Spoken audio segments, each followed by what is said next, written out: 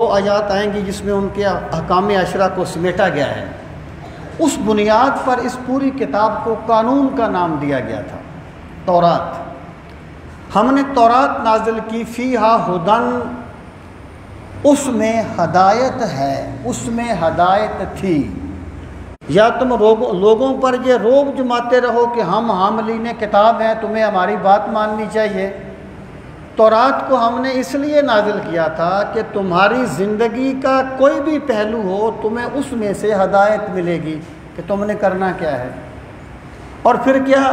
نور، یعنی تمہیں راستہ بھی ملے گا اور منور راستہ ملے گا، روشن راستہ ملے گا تورات میں، اگر تم احکامات الہی کو جاننا چاہتے ہو۔ یحکم بہا النبیون، حکم یحکم کا معنی فیصلہ کرنا، ہا کا مرجع ہے تورات۔ یحکم فیصلہ کرتے تھے، بہا اس کے ساتھ، النبیون نبی۔ بنی اسرائیل میں کم و بیش 70,000 پیغمبر آئے ہیں، 70,000۔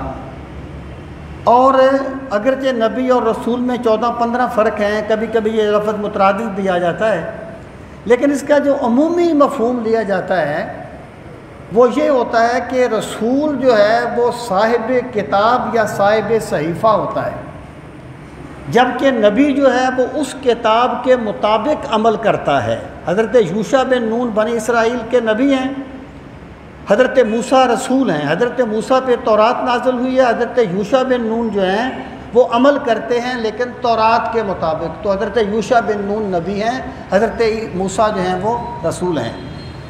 یحکم بہا النبیون، تورات کے مطابق فیصلہ کرتے تھے اللہ تعالیٰ کے نبی۔ بنی اسرائیل کے تمام انبیاء تورات کے مطابق فیصلہ کرتے تھے۔ کون اللہ کے نبی؟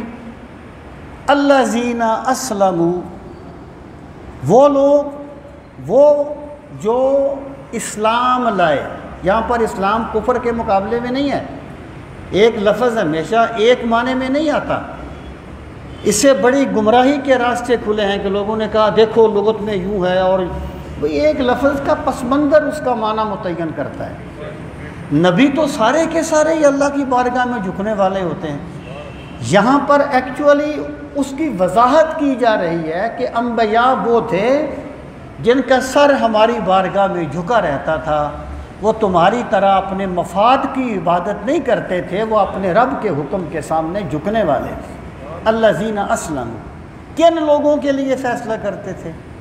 للذین ہادوا، ان لوگوں کے لیے جو یہودی ہو گئے، ان لوگوں کے لیے جنہوں نے یہودیت کو اختیار کیا، یعنی جو یہودی تھے ان کے مطابق بنی اسرائیل کے انبیاء تورات کے مطابق فیصلہ کرتے تھے۔ والربانیون، ربانیون کہتے ہیں اس کا ترجمہ، جب ربانیون اور احبار کا ترجمہ جب کیا گیا نا مشائخ اور علماء، تو بڑا ایک اضطراب پیدا ہوا تھا لوگوں میں کہ یہ جی توہین ہو گئی ہے تصوف کی، لیکن آپ لفظ بدل لیں اگر آپ کو ڈر لگتا ہے، لیکن حقیقت وہی ہے۔ ربانیون وہ لوگ تھے جو ان کے روحانی پیشوا تھے، اور احبار حبر کی جمع ہے، عالم کو کہتے ہیں جو کتابوں، ان کو کتابوں سے بات بتاتے تھے، یعنی ایگزیکٹ اس کا جو مفہوم ہمارے پس منظر میں بنتا ہے وہ مشائخ اور علماء ہی بنتا ہے۔ یعنی یہ جو لوگ ہوتے ہیں، لوگوں کی عقیدتیں ان کے ساتھ وابستہ ہوتی ہیں، لوگ ان کی بات پہ بالخصوص جو ربانیون ہیں، جو مشائخ ہوتے ہیں، لوگ ان کی بات کو اس طرح مانتے ہیں کہ بس جس کو لفظوں میں بیان نہیں کیا جا سکتا۔ اب اگر وہی بندہ اپنے مفاد کے لیے غلط فیصلہ کرے گا تو پھر چوں کفر از کعبہ برخیزد کجا ماند مسلمانی، پھر اسلام کہاں سے باقی رہ جائے گا، دین کہاں سے باقی رہ جائے گا۔ اللہ پاک فرماتا ہے علماء بھی فیصلہ، یہ انبیاء بھی فیصلہ کرتے تھے تورات کے مطابق، ان کے مشائخ بھی تورات کے مطابق فیصلہ کرتے تھے، ان کے علماء بھی تورات کے مطابق فیصلہ کرتے تھے، جو علماء حق علماء تھے۔ کس لیے؟ بِمَسْتُحْفِظُوا مِنْ کتاب اللہ، بسبب اس کے، بے سببیہ ہے، بسبب اس کے ما کا معنی جو، استحفظو ان سے حفاظت طلب کی گئی تھی، من کتاب اللہ اللہ کی کتاب سے. یعنی دیکھیں قرآن مجید ہے نا، یہ بات تو آپ نے پہلے بھی سنی ہے، لیکن اس پر دلیل شاید کچھ لوگوں کے لیے پہلی مرتبہ ہو سامنے. مجھے بھی بڑی دیر کے بعد یہ دلیل سمجھ آئی تھی. یعنی قرآن مجید جو ہے نا، اس کی حفاظت اللہ تعالیٰ نے اپنے ذمے لی ہے. انا نحن نزلنا الذکر و انا لہ لحافظون. یہی وجہ ہے آج تک یورپ جتنا بھی اسلام کے خلاف کام کرے، ہمارے باطنیہ نے کون سا اسلام کا حکم باقی چھوڑا تھا؟ نماز کا انکار کر دیا، روزے کا انکار کر دیا، حج کا انکار کر دیا، لیکن قرآن کا متن وہ بھی بدل نہیں سکے تھے. یعنی وہ امریکہ والے اس پہ تحقیق کر چکے ہیں، 70,000 نسخے اکٹھے کر کے مختلف ادوار کے. انہوں نے کہا اس کتاب میں کوئی تبدیلی نہیں ہے. قرآن اس لیے تبدیل نہیں کیا گیا کہ اس کا حفاظت کرنے والا اللہ تعالیٰ خود ہے، اس کا محافظ اللہ تعالیٰ ہے. اب اگر کوئی بندہ اپنے گھر میں کتاب لکھ لے اور پھر وہ کہے کہ یہ قرآن ہے، اس کو تعریف قرآن نہیں کہا جائے گا، اس کو یہ نہیں کہا جائے گا قرآن بدل دیا گیا. اس سے مراد یہ ہے کہ لوگوں کے پاس ایسی کتاب ہو جو قرآن نہ ہو اور لوگ اسے قرآن سمجھیں، یہ ہوگا قرآن کو بدل دیا جانا. کوئی بندہ اپنے گھر میں لے کے کتاب رکھ لے اور کہے یہ قرآن ہے، اس کا کوئی اس کے ساتھ تعلق نہیں ہے، کوئی لاجیکلی بات کو سمجھا جاتا ہے. تو قرآن مجید کا محافظ اللہ تعالیٰ ہے، اللہ تعالیٰ نے اسے نازل کیا اور اللہ تعالیٰ ہی اس کی حفاظت کرتا ہے. وہ میری ایک کتاب چھپی، اس میں کچھ کمپوزوں کی غلطیاں ہو گئیں، تو میرے ایک دوست نے مجھے خط لکھا. اس نے کہا یار اتنی غلطیاں ہیں تیری کتاب میں. اس کی بھی ایک کتاب چھپی ہوئی تھی، اس میں اس سے بھی زیادہ غلطیاں ہیں. میں نے اسے کہا حضرت اپنی کتاب نہیں پڑھی آپ نے؟ پھر میں نے کہا یہ صرف میرے رب کا قرآن ہے جو بغیر غلطیوں کے چھپ جاتا ہے. یہ اللہ کی حفاظت کا، میرے رب کی حفاظت کا مظہر ہے. یہ ہم اس کو محفوظ کریں گے، اور پھر اس کے کئی طریقے اللہ نے کیسے محفوظ کیا بہرحال. لیکن جو پہلی کتابیں تھیں نا آسمانی، ان کی حفاظت کا ذمہ اللہ نے نہیں لیا تھا، ان کی حفاظت حاملین کتاب کے ذمے تھی. بِمَسْتُحْفِظُوا مِنْ کتاب اللہ، بس سبب اس کے کہ انہیں محافظ بنایا گیا تھا اللہ کی کتاب کا، کہ تم نے اس کی حفاظت کرنی ہے. اب جب لوگوں کے ذمے حفاظت آئی اور حفاظت کرنے والے بک گئے، وہ قرآن نے کیا، یا ایھا الذین آمنوا ان کثیرا من الاحبار والرہبان لَيَأْكُلُونَ أَمْوَالَ النَّاسِ بِالْبَاطِلِ وَيَصُدُّونَ عَنْ سَبِيلِ اللَّهِ. اے لوگو جو ایمان لائے ہو، یا ایھا الذین آمنوا ان کثیرا من الاحبار والرہبان، بے شک ان کے مشائخ اور ان کے علماء لوگوں کے مال ناجائز طریقے سے کھاتے ہیں اور لوگوں کو اللہ کے راستے سے روکتے ہیں. یعنی اتنا زبردست تبصرہ ہے، اس پر جتنا بھی غور کیا جائے گا کم ہے. تو جب وہ خود بک گئے تھے تو انہوں نے پھر کتاب کو بھی بدل دیا. وہ ہمارے ایک صاحب تھے، وہ پی این تھا، تو وہ پڑھا کرتا تھا انجیل. تو مجھے ایک دن کہنے لگا چشتی صاحب یہ کوس کیا ہوتا ہے، یعنی اتنے کوس کے فاصلے پر. میں نے کہا بٹی صاحب فکر نہ کریں، اگلا ایڈیشن آئے گا تو یہاں کلومیٹر ہوگا. اور حق یہ ہے کہ اس طریقے سے بدلی ہے.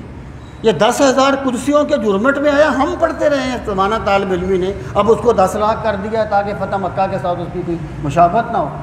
تو اس کی حفاظت جو تھی نا، وہ ان لوگوں کے سپرد تھی. تو اللہ پاک فرماتا ہے بِمَسْتُحْفِظُوا مِنْ کتاب اللہ، اس لیے کہ انہیں اللہ کی کتاب کا محافظ بنایا گیا تھا، جبکہ قرآن کا محافظ میرا رب ہے، اور قرآن قیامت تک تبدیل نہیں ہو سکتا. قیامت تک اللہ میرے رب کا ہر وعدہ سچا ہے. اب ارشاد فرمایا وَقَانُوا عَلَيْهِ شُهَدَاءَ، اور وہ اس پر گواہ تھے کہ یہ اللہ کی کتاب ہے، اس میں جو بھی ہے حق ہے، وہ اس پر گواہ تھے. فَلَا تَخْشَوُا النَّاسَ وَاخْشَوْنِ وَلَا تَشْتَرُوا بِآيَاتِي ثَمَنًا قَلِيلًا. اس جملے کے بارے میں دو قول ہے. ایک قول یہ ہے کہ ہم نے ان سے کہا تھا، دوسرا قول یہ ہے کہ یہ ملت اسلامیہ سے خطاب ہو گیا ہے، اور عموم بھی ہو سکتا ہے، دونوں اس میں شامل ہیں. فلا تخشوا الناس، اے لوگو پس تم لوگوں سے مت ڈرا کرو، لوگوں سے نہ ڈرا کرو، وخشونے نے اصل میں ہے نی، اور مجھ سے ڈرا کرو۔ جو لوگوں سے ڈرتا ہے اللہ سے نہیں ڈرتا، جو وہ ہر کسی سے ڈرتا ہے۔ پتھروں سے ڈرتا ہوں، آندھیوں سے ڈرتا ہوں، جب سے میں نے شیشے کا مکان ایک بنایا ہے۔ اور جو اللہ سے ڈرتا ہے وہ کسی اور سے نہیں ڈرتا۔ اقبال نے کہا تھا ہر کے رمز لا الہ فہمید است، شرک را خوف را در شرک مضمر دیداست۔ جس نے بھی لا الہ کو سمجھ لیا ہے وہ جانتا ہے کہ خوف شرک میں چھپا ہوا ہوتا ہے۔ اللہ پاک نے فرمایا لوگوں سے مت ڈرو، اگر تم نے حق بات کہہ دی تو لوگ تمہارے خلاف ہو جائیں گے، لوگ تمہیں بری نظروں سے دیکھیں گے، لوگ تمہارا احترام نہیں کریں گے۔ مجھ سے ڈرو، جب میں راضی ہوتا ہوں تو کسی کی ناراضگی کچھ نہیں بگاڑ سکتی، اور جب میں ناراض ہو جاؤں تو کسی کا راضی ہونا کچھ نہیں کر سکتا۔ فلا تخشوا الناس واخشونی، اور مجھ سے ڈرا کرو۔ ولا تشتروا بآیاتی ثمنا قلیلا، اور نہ بیچا کرو میری آیات کے بدلے میں، نہ خریدا کرو۔ اشترا ہوتا ہے خریدنا، مشتری خریدنے والے کو کہتے ہیں۔ ولا تشتروا، اور نہ خریدا کرو، نہ لے لیا کرو، بے آیاتی میری آیات کے بدلے میں، ثمنا قلیلا تھوڑی سی قیمت۔ وہ کیا کرتے تھے کہ پیسے لے کے حکم بدل دیتے تھے، پیسے لے کے حکم بدل دیتے تھے۔ اس جملے کے دو مطلب ہیں، یا تو اس کا مطلب یہ ہے کہ اللہ کی کتاب کو اتنا بے بکت نہ کرو کہ دنیاوی ساز و سامان کے لیے میرے احکام کو بدلتے رہو، اور دوسرا اس کا مطلب یہ ہے کہ تم نے اگر اللہ کی آیات کے بدلے میں جو کچھ بھی لے لیا، پوری دنیا لے لی، تم نے بڑے گھاٹے کا سودا کیا ہے، تم نے بڑے نقصان کا سودا کیا ہے، کیونکہ اللہ کی آیات کا بدلہ پوری کائنات نہیں بن سکتی۔ اس لیے لوگوں اتنا گر کے فیصلے نہ کیا کرو، اتنی کمینگی کی سطح پر نہ جایا کرو۔ ولا تشتروا بآیاتی ثمنا قلیلا، اور میری آیات کو بیچ کر تھوڑی قیمت نہ لیا کرو۔ ومن لم یحکم بما انزل اللہ، اور جو بندہ فیصلہ نہیں کرے گا بما انزل اللہ، اس کے مطابق جو اللہ نے اتارا ہے، فاولئک ھم الکافرون، پس یہی وہ لوگ ہیں جو کفر کرنے والے ہیں۔ جو اللہ کی آیات کے مطابق فیصلہ نہیں کرے گا وہ کفر کرنے والے ہیں۔ اچھا، یہاں پر میں یہیں پر عرض کر دوں، یہاں پر جو فرمایا گیا کہ جو بندہ اللہ کی آیات کے مطابق فیصلہ نہیں کرے گا وہ کافر ہے، اس کا مطلب یہ ہے کہ اگر کوئی بندہ اللہ تعالیٰ کے کسی حکم کی تحقیر کرتے ہوئے اسے نہیں مانتا، کہ اللہ نے تو کہا کہ جناب سود حرام ہے، میں نہیں مانتا اس کو سود کے حرام ہونے کو، وہ کافر ہو جائے گا، کیونکہ اس نے حکم الہی کی تحقیر کی ہے۔ لیکن اگر وہ تحقیر نہیں کرتا، وہ کہتا ہے کہ اللہ کا حکم سر آنکھوں پر، لیکن میں اس پہ عمل نہیں کرتا، میں گناہ گار ہوں، اپنی غلطی کو مانتا ہے، تو پھر وہ یہاں پر کفر اپنے لفظی معنی میں ہوگا، اس نے وہ اللہ کی نافرمانی کرنے والا ہے۔ یا کبھی کبھی یہ وعید کا بھی ایک انداز ہوتا ہے کہ جیسے فرمایا گیا کہ من ترک الصلاۃ متعمدا فقد کفر، جس نے جان بوجھ کے نماز چھوڑی اس نے کفر کیا۔ مطلب کیا ہے؟ گویا اس نے کفر کر لیا، گویا اس نے اپنے ایمان کو برباد کر لیا۔ تو یہ سارے احتمالات جو ہیں یہ موجود ہوتے ہیں، کیونکہ یعنی جو بندہ مستہیناً بہی، حکم الہی کی اہانت کرتے ہوئے اس کا انکار کرے گا وہ کافر ہوگا۔ وَكَتَبْنَا عَلَيْهِمْ فِيهَا، اور ہم نے لکھ دیا تھا اس میں، یعنی تورات میں کیا لکھ دیا تھا؟ أَنَّ النَّفْسَ بِالنَّفْسِ، جان کے بدلے میں جان۔ تم کہتے ہو نا تمہارا بندہ مرے گا تو جان قتل نہیں کی جائے گی کیونکہ ہم امیر ہیں، ہمارا مرے گا تو جان بھی لیں گے اور اتنا خون بہا بھی لیں گے۔ دیکھیں، دین کا پتہ ہی اس وقت چلتا ہے جب بندے کا مفاد ٹکراتا ہے دین کے ساتھ۔ اگر مفاد نہ ٹکرائے تو کیا ہے پھر دین کو؟ حضرت شیخ عبد القادر جیلانی رحمۃ اللہ تعالیٰ علیہ فرماتے ہیں کہ امتحان کے وقت ہی تو ایمان پرکھا جاتا ہے۔ اگر ایک بندہ، انبیاء کو وہ کیوں قتل کر دیتے تھے بنی اسرائیل؟ اس لیے کہ انبیاء ان کے مفاد کے خلاف بات کرتے تھے۔ اگر بندے نے وہی بات کہنی ہے جو لوگ چاہتے ہیں، وہی بات کہنی ہے جس پہ لوگ خوش ہوتے ہیں، تو وہ اس کو کیوں قتل کریں گے؟ بھئی اس کا احترام نہیں کریں گے۔ یہی تو دین کا تو پتہ ہی اس وقت چلتا ہے جب مفاد ٹکرا جاتا ہے دین سے، جب خواہشات ٹکرا جاتی ہیں۔ رخ روشن کے آگے شمع رکھ کے وہ یہ کہتے ہیں ادھر جاتا ہے دیکھیں یا ادھر آتا ہے پروانہ، پتہ ہی وہاں چلتا ہے بندہ کتنا خدا کو ماننے والا ہے۔ باقی لمبے چوڑے دعوے منہ پہ مار دیے جاتے ہیں، ان کی کوئی وقت اللہ کی بارگاہ میں نہیں ہوتی۔ تو ارشاد فرمایا وَكَتَبْنَا عَلَيْهِمْ فِيهَا أَنَّ النَّفْسَ بِالنَّفْسِ، اور لکھ دیا تھا ہم نے، یعنی کتبہ کا معنی فرض کرنا بھی ہے، ہم نے ان پر فرض کر دیا تھا۔ وَكَتَبْنَا عَلَيْهِمْ، یعنی ہم نے ان پر فرض کر دیا تھا، جیسے كُتِبَ عَلَيْكُمُ الصِّيَامُ، تم پہ روزے فرض کر دیے گئے، کوتبہ کا لفظ۔ تو یہ مراد یہ ہے کہ تورات میں ہم نے یہ بات واضح کر دی تھی کیا، ان النفس بالنفس، جان کے بدلے میں جان۔ ایک سویپر ہو، وہ نالیاں صاف کرنے والا ہو، اور ایک بادشاہ ہو، خون برابر ہوتا ہے۔ وہ اس نے ہاتھ کاٹ دیے تھے نا مزدور کے، علامہ اقبال نے اس کو نظم کیا ہے، ایک محل بنایا نا تو بادشاہ نے اس کے ہاتھ کاٹ دیے، تو اس نے کہا، قاضی نے فتویٰ دے دیا بادشاہ کے ہاتھ کاٹ دو۔ قاضی کو بلایا، اس نے کہا بادشاہ سلامت، تمہارا خون اس مزدور کے خون سے زیادہ سرخ نہیں ہے، میں جس رب کے دین کے مطابق فیصلہ کرتا ہوں اس میں تیرا اور بادشاہ، تیرا اور اس مزدور کا خون برابر ہے۔ ان النفس بالنفس، جان کے بدلے میں جان۔ والعین بالعین، آنکھ کے بدلے میں آنکھ، اگر کوئی آنکھ نکالے کسی کی، اس کی آنکھ نکال دو۔ جرم جب سزا ملے گی تو جرم نہیں ہوگا، سزا نہیں ملے گی کوئی جرم کو نہیں روک سکے گا۔ والعین بالعین والعنف بالعنف، ناک کے بدلے میں ناک، والاذن بالاذن، کان کے بدلے میں کان، والسن بالسن، دانت کے بدلے میں دانت، والجروح، قصاص، اور زخموں میں بھی بدلہ ہے، یعنی زخم لگ گیا اس کے مقابلے میں ویسا ہی بدلہ، ویسا ہی اس کو زخم لگایا جائے گا، یہ ہم نے تورات میں لکھ دیا تھا۔ اب دیکھیں یہی حکم ہماری شریعت میں بھی ہیں۔ پہلی کتاب کا وہ حکم جسے بیان کرنے کے بعد اس کی تردید نہ کی جائے، وہ بعین ہی قرآن مجید کا بھی حکم ہوتا ہے۔ یہی حکم ہے بنی اسرائیلیات کا، یہی حکم ہے۔ تو یہاں پر بیان کر دیا، لیکن یہ نہیں کہا کہ ہم نے ایمان والو تم کو جو حکم دیا، نہیں، ان کا ذکر کیا، آگے اس کی تردید نہیں کی۔ اس کا مطلب ہے یہی حکم جو ہے یہ اہل قرآن کے لیے بھی لازم ہے، مسلمانوں کے لیے بھی لازم ہے۔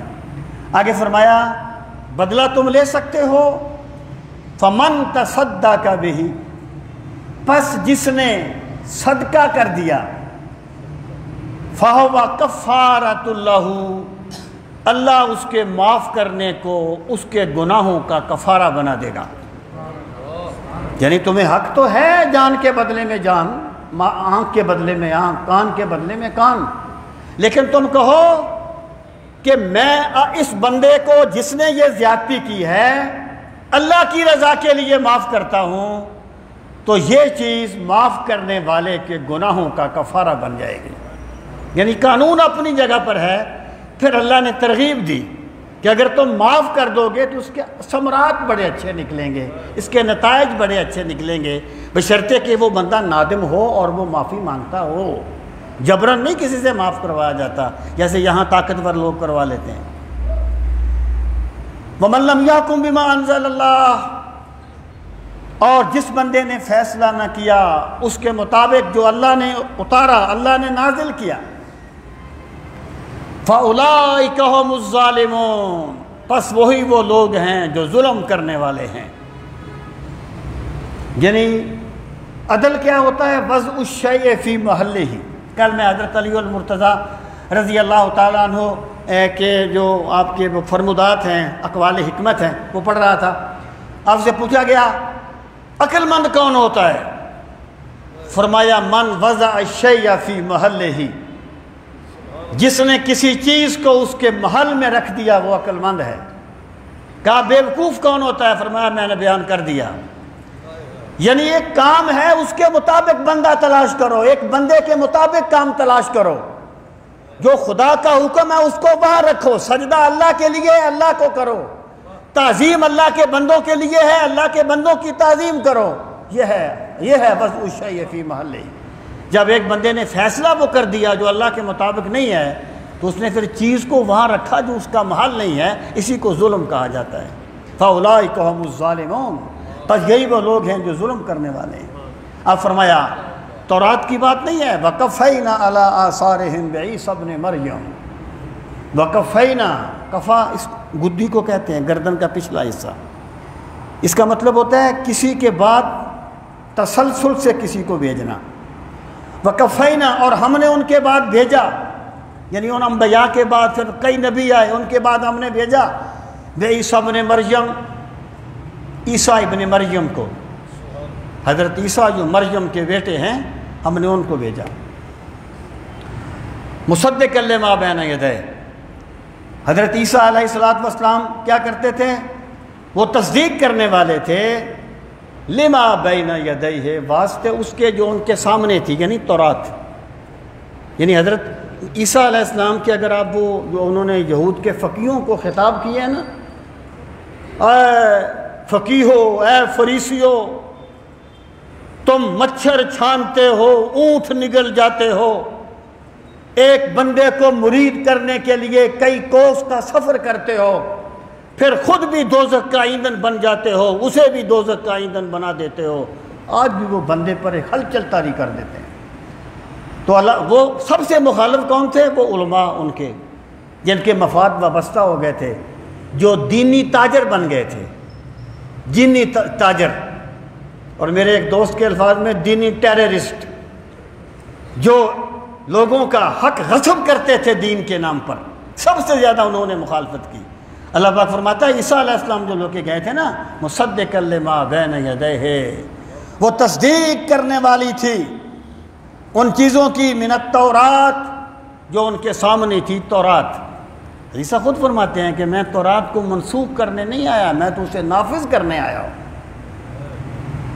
وَآتَيْنَاهُ الْإِنْجِيلَ، اور ہم نے اسے انجیل عطا کی، حضرت عیسیٰ کو۔ انجیل کا معنی ہے بشارت، خوشخبری، کیونکہ ہر نبی اپنے ماں بعد نبی کی بشارت دیتا تھا، اور حضرت عیسیٰ علیہ السلام نے اس نبی کی بشارت دی جو قیامت تک کے لیے کائنات کا نبی ہے۔ اس لیے ان پہ نازل ہونے والی کتاب کو کیا ہی انجیل دیا، بشارت دینے والی کتاب۔ وَآتَيْنَاهُ الْإِنْجِيلَ، ہم نے انہیں انجیل عطا کی۔ فِيهِ هُدًى وَنُورٌ، اس میں بھی ہدایت ہے، اس میں نور ہے۔ وَمُصَدِّقًا لِمَا بَيْنَ يَدَيْهِ مِنَ التَّوْرَاةِ، اور وہ تصدیق کرنے والی تھی اس چیز کی جو ان کے سامنے تھی تورات۔ وَهُدًى، ہدایت تھی، ہدایت راستہ دکھا دیتی تھی۔ جیسے قرآن میں کہا گیا نا ہدی للمتقین، وہی دیکھیں، وہی اسلوب ہے۔ ہدن، ہدایت تھی، وموعظۃ، اور نصیحت تھی، کن کے لیے؟ للمتقین۔ فعل کبھی ارادہ فعل کے لیے آتا ہے، جو بندے تقوی کا راستہ اختیار کرنا چاہیں، تورات ان کے لیے ہدایت بھی تھی، ان کے لیے نصیحت بھی تھی۔ وہ جو قرآن ہدی للمتقین، یہی چیز ہے۔ یہ مطلب نہیں ہے کہ قرآن صرف نیکوں کو راستہ دکھاتا ہے، بروں کو نہیں۔ یہاں متقین سے مراد ہے طالبین تقوی۔ امام سیوطی کا ایک لفظ ہے اس کا جلالین کا جو اس پوری بات کو سمیٹتا ہے، یعنی جو تقوی کے طالب ہیں قرآن ان کے لیے ہدایت ہے، جو طالب ہی نہیں ہے اس پر ہدایت مسلط تو نہیں کی جائے گی نا۔ یہی بات کہی گئی ہے، وَمَوْعِظَةً لِّلْمُتَّقِينَ، اور وہ نصیحت تھی متقین کے لیے۔ وَلْيَحْكُمْ أَهْلُ الْإِنْجِيلِ، ہم نے انجیل کس لیے نازل کی تھی؟ وَلْيَحْكُمْ، چاہیے کہ فیصلہ کریں، اہل الانجیل انجیل والے بما انزل اللہ فیہ اس کے مطابق جو اللہ نے نازل کیا ہے. دیکھیں تورات کے بارے میں بھی یہی کہا وَلْيَحْكُمْ فیصلہ کریں، انجیل کے بارے میں بھی یہی کہا. اس کا مطلب یہ ہے کہ اللہ کی کتاب صرف تقدس مآب نظروں سے دیکھنے کے لیے نہیں ہوتی، اللہ کی کتاب زندگی کا امام ہوتی ہے، اللہ کی کتاب زندگی کا راہبر ہوتی ہے، اللہ کی کتاب زندگی کے راستوں کو واضح کرتی ہے. جو بندہ جو ہے وہ زندگی کے فیصلے تو اپنے مطابق کرتا ہے اور وہ صرف تقدس مآب نظروں سے دیکھ رہا ہے، وہ مولانا اصلاحی کے الفاظ میں اس کی حالت ایسی ہی ہے جیسے کسی بندے کو ٹینک دیا گیا تھا، اس کے ساتھ دشمن کے قلعوں کو مسمار کر دے، اس نے ٹینک سے چڑیاں مارنی شروع کر دی، اس نے ٹینک کی قدر نہیں کی. قرآن تو بندوں کو اٹھانے کے لیے آیا ہے، یہ تو راستوں کو واضح کرنے کے لیے آیا ہے. جو بندہ اس کی طرف طالب بن کے آئے گا یہ اس کی زندگی کو نور اور تقویٰ سے بھر دے گا، منور کر دے گا.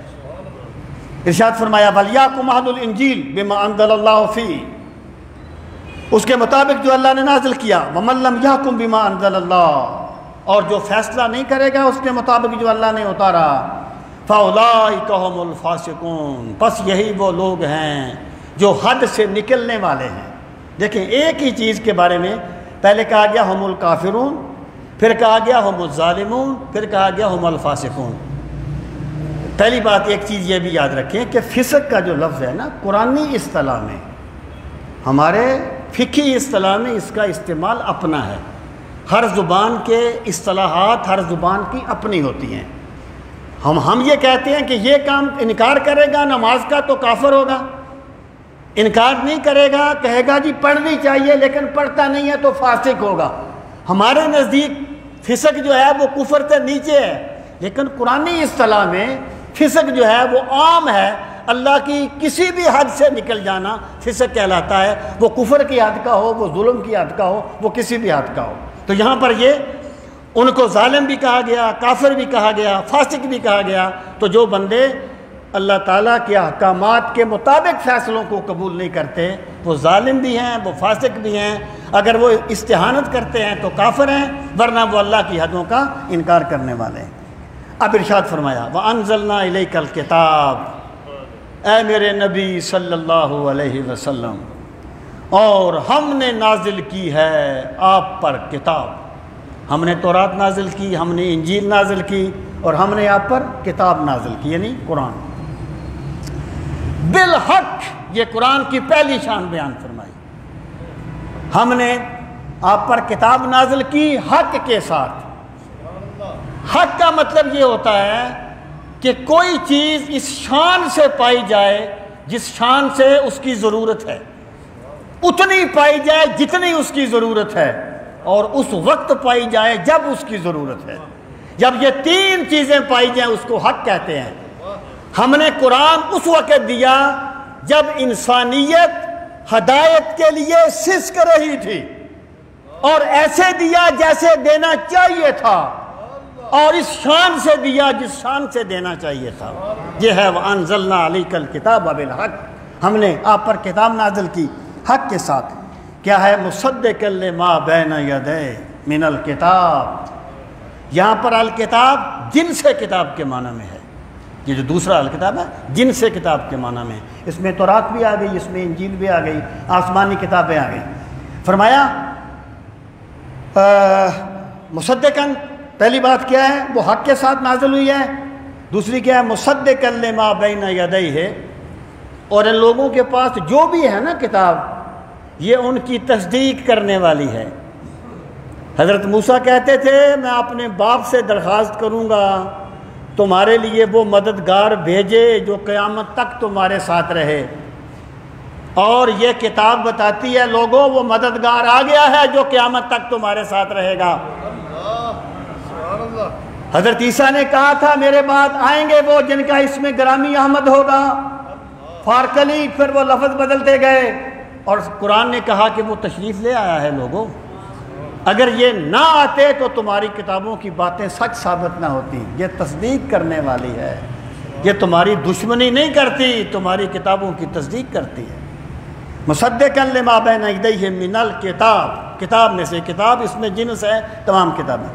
ومہیمنا علیہ، مہیمن کا معنی ہوتا ہے محافظ، ومہیمنا علیہ، اور وہ محافظ ہے اس پر، کس پر؟ الکتاب پر، کہ پیچھے آیا تھا نا الکتاب، یہ اس کا مرجع ہے، کتاب پر۔ مطلب کیا ہے کہ پہلے تمام صحیفوں میں اور تمام آسمانی کتابوں میں جو کچھ بیان کیا گیا تھا، قرآن نے وہ سب کچھ اپنے اندر سمیٹ لیا ہے، اور اس کے علاوہ بھی اس میں بہت کچھ ہے۔ وہ مہیمن کا یہ معنی ہے، یعنی محافظ، نگہبان، تمہاری تمام تعلیمات بھی اس میں آ گئیں، اور اس میں اللہ نے انسان کے لیے قیامت تک کے لیے سامان ہدایت کو جمع کر دیا۔ وَمُهَيْمِنًا عَلَيْهِ، اب کیا ہے؟ فَحْكُمْ بَيْنَهُمْ بِمَا أَنزَلَ اللَّهُ، آپ فیصلہ فرمائیے ان کے درمیان، بما انزل اللہ، اس کے مطابق جو اللہ نے نازل کیا ہے۔ وہ آئے تھے نا کہ فیصلہ کیسے کریں گے آپ؟ دیکھیں نا، بندے کی یہ کمزوری ہے، کمزور جو بندے ہوتے ہیں نا ہمارے جیسے کمزور بندے، تو وہ فیصلے کیا جناب باتیں بھی لوگوں کو دیکھ کے کرتے ہیں کہ لوگ کس بات پہ خوش ہوں گے۔ تو یہ اس طریقے سے ایک پریشر ڈیولپ کر کے یہ ماحول پیدا کرنا کہ فیصلہ ہمارے حق میں ہو جائے، یہ میری یا کسی اور کی کمزوری تو ہو سکتی ہے، اللہ کے نبی ان سے پاک ہوتے ہیں۔ اللہ پاک نے فرمایا آپ فیصلہ فرمائیے بما انزل اللہ، اس کے مطابق جو اللہ نے اتارا، وَلَا تَتَّبِعْ أَهْوَاءَهُمْ، اور آپ ان کی خواہشات کی پیروی نہ کریں۔ مطلب کیا ہے کہ وہ جو فیصلہ چاہتے ہیں نا، وہ کتاب کا فیصلہ نہیں چاہتے، اپنی خواہش کے مطابق حکم چاہتے ہیں، اپنی خواہش کے مطابق حکم لینا چاہتے ہیں۔ جو بندہ کتاب کے مقابلے میں خواہش کو لے آتا ہے، وہ اللہ کا بندہ نہیں ہوتا، وہ اپنی خواہش کا بندہ ہوتا ہے۔ آپ ان کی خواہشات کی پیروی نہ کریں۔ اما جاءک من الحق، اس میں سے جو آپ کے پاس حق آ چکا ہے۔ اب دیکھیے یہ جو نہیں کا صیغہ ہوتا ہے نا، یہ ہمیں اس کا یہ مطلب نہیں ہوتا کہ ایک کام بندہ کام کر رہا ہے تو اس کو روکا جا رہا ہے۔ اس کا یہ مطلب نہیں تھا استغفر اللہ کے رسول کریم صلی اللہ علیہ وسلم کے کبھی حاشیہ خیال میں بھی کوئی ایسی بات آئی ہو کہ میں فیصلہ ان کے مطابق کر دوں، یا ان کی خواہشات کا کچھ خیال رکھا ہو، نہیں، بلکہ یہاں پر یہ نہیں دوام کے لیے ہے کہ جیسے آپ نے پہلے ان کی خواہشات کی کوئی پرواہ نہیں کی میرے نبی، اب بھی اسی بات پہ ڈٹے رہیے، اللہ آپ کے ساتھ ہے، اللہ آپ کا مددگار ہے، یہ آپ کا کچھ نہیں بگاڑ سکتے۔ سیدہ عائشہ صدیقہ نے ایک مرتبہ فرمایا تھا، اور سید سلمان ندوی نے بڑی ایک اچھی اعلیٰ بات کہی تھی، وہ کہتے تھے جب حضرت عائشہ صدیقہ نے بات کرتے ہوئے کوئی لہجے میں تیزی آئی نا، تو کہنے علماء کہتے ہیں کہ یہ نہ دیکھنا کہ امتی اپنے نبی سے بات کر رہی ہے، اس کا ایک پہلو یہ بھی ہے کہ بیوی اپنے میاں سے بات کر رہی ہے، یعنی یہ بھی تو حقیقتیں ہوتی ہیں نا جن کو بندہ چھوڑ دے تو بڑی بڑی گمراہیاں پیدا ہوتی۔ تو سیدہ عائشہ نے ایک مرتبہ فرمایا یا رسول اللہ صلی اللہ علیہ وسلم، مجھے یوں لگتا ہے کہ آپ کا رب آپ کی خواہش پوری کرنے میں بڑی جلدی کرتا ہے، یعنی آپ جو فرماتے ہیں فوراً اللہ تعالیٰ اس کے مطابق آیت نازل فرما دیتا ہے۔ تو جب اللہ تعالیٰ کا آپ پہ اتنا کرم ہے میرے نبی صلی اللہ علیہ وسلم، پھر آپ ان کی بات کیوں مانیں گے؟ گویا ان کو بتا دیا گیا یہ ہماری جو رضا کا مظہر ہمارا پیغمبر ہے، یہ تمہاری بات نہیں مانے گا، یہ ہمارے حکم کے مطابق فیصلہ فرمائے گا۔ لِكُلٍّ جَعَلْنَا مِنْكُمْ شِرْعَةً وَمِنْهَاجًا، شرعت یا شریعت ایکچولی اس راستے کو کہتے ہیں جو پانی کی طرف لے جاتا ہے۔ پھر شریعت کا لفظ ما شرع اللہ للناس، وہ اللہ تعالیٰ نے جو نظام دے دیا لوگوں کو وہ شریعت ہے۔ منہاج نہج سے نکلا ہے، اس کا معنی بھی ایک راستہ ہوتا ہے، ایک وتیرہ ہوتا ہے۔ یہ یہود کے ایک اعتراض کا جواب تھا، وہ کہتے تھے کہ ہمارے فلاں فلاں حکم کو کیوں بدل دیا گیا۔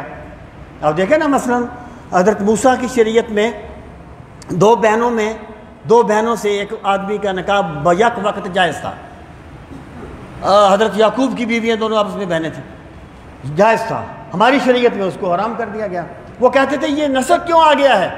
اللہ پاک فرماتا ہے لَكُلٍّ جَعَلْنَا مِنْكُمْ، لَكُلٍّ ہر ایک کے لیے، جعلنا ہم نے بنا دیا، منکم تم میں سے، شرعتاً ایک شریعت، ومنہاجا اور ایک راستہ۔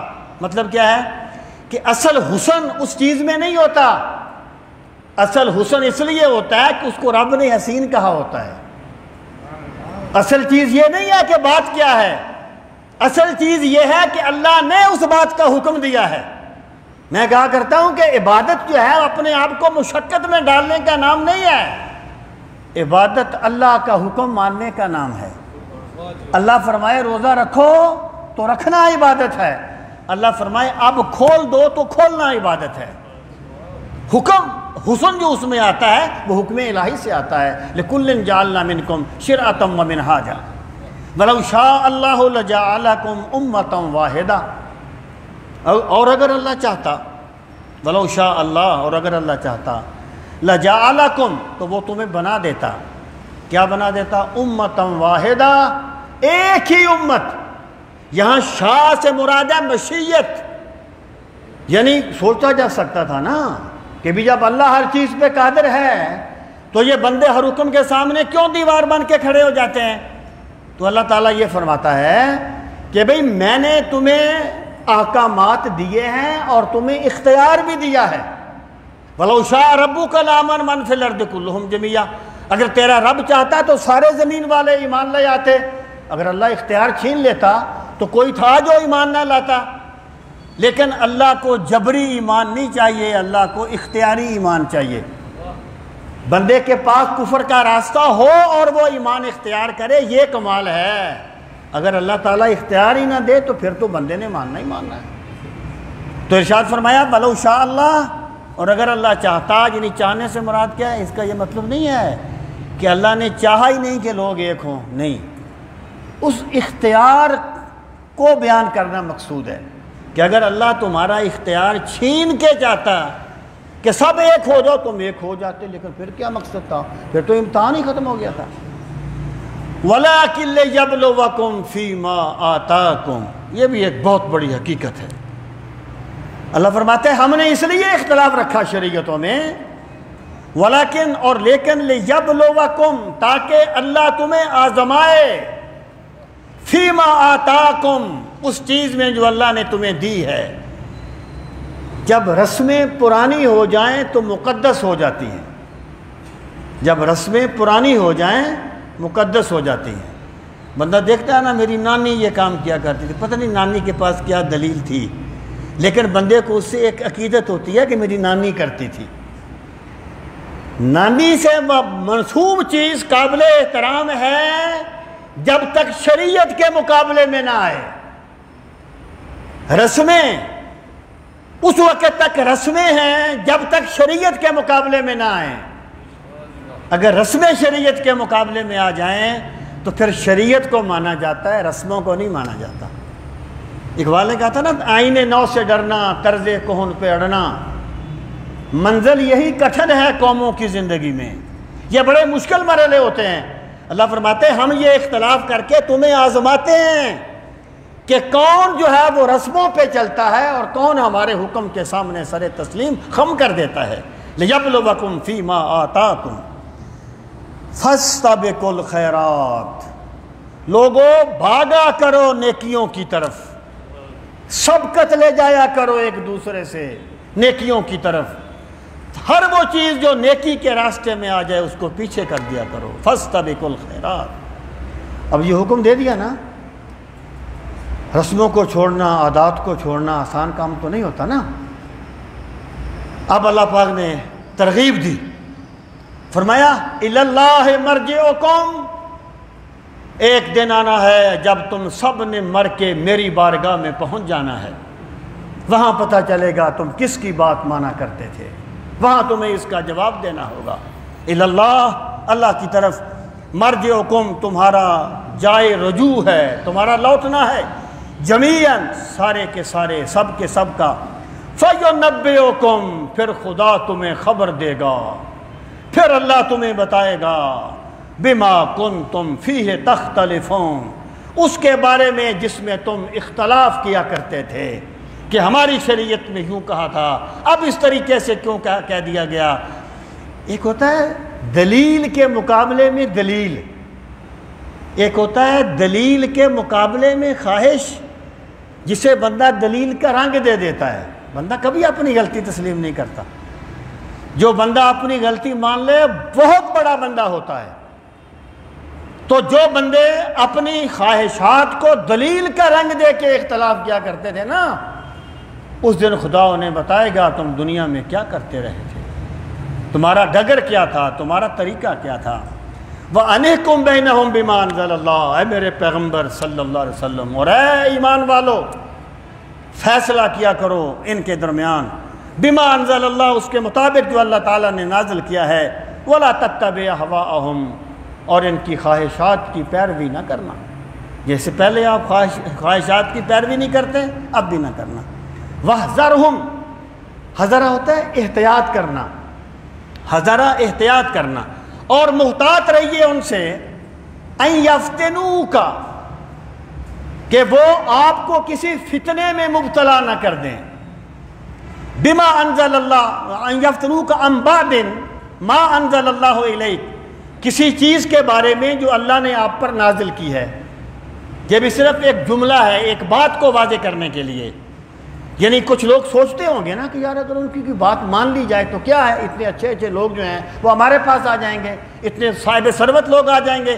اللہ پاک فرماتا ہے نہیں، اے میرے نبی صلی اللہ علیہ وسلم، گویا کہ لوگوں کو بھی یہ بات بتائی جا رہی ہے کہ تمہیں یہ لوگ اس طرح کسی فتنے میں مبتلا نہ کر دیں، آپ نے حق کے مطابق فیصلہ کرنا ہے۔ فَإِن تَوَلَّوْا، اگر وہ پھر بھی پھر جائیں، فَعْلَمْ، تو جان لے، أَنَّمَا يُرِيدُ اللَّهُ، کہ اللہ تعالیٰ یہ ارادہ فرماتا ہے، أَن يُصِيبَهُمْ، کہ انہیں کسی مصیبت میں ڈال دے، انہیں کسی آزمائش میں ڈال دے، بے بعد ذنوبہم، ان کے بعد گناہوں کے سبب، یعنی اگر اب بھی یہ لوگ پھرتے ہیں تو اس کا مطلب یہ ہے کہ ان کے گناہ ان کی ہدایت کے راستے میں رکاوٹ بن گئے ہیں، اور اللہ یہ چاہتا ہے ان کے گناہوں کی وجہ سے انہیں کسی مصیبت میں ڈال دے، اس لیے یہ نہیں مان رہے۔ تو یہ نہ کہیں کہ ہم مانتے نہیں ہیں، بلکہ یہ یقین جانیں کہ تمہارے گناہوں کی وجہ سے تم پہ ہدایت کے دروازے رب نے بند کر دیے ہیں۔ محبت کے لیے کچھ دل مخصوص ہوتے ہیں، یہ وہ نغمہ ہے جو ہر ساز پہ گایا نہیں جاتا۔ اللہ تعالیٰ حق کی طرف آنے کی توفیق اسے ہی دیتا ہے جس پر میرا رب کرم فرما رہا ہوتا ہے۔ ارشاد فرمایا، وَإِنَّ كَثِيرًا مِّنَ النَّاسِ لَفَاسِقُونَ، وَإِنَّ كَثِيرًا مِّنَ النَّاسِ لَفَاسِقُونَ، یا فاسق اپنے لغوی معنی میں ہے، قرآنی اصطلاح میں، اور بے شک بہت سے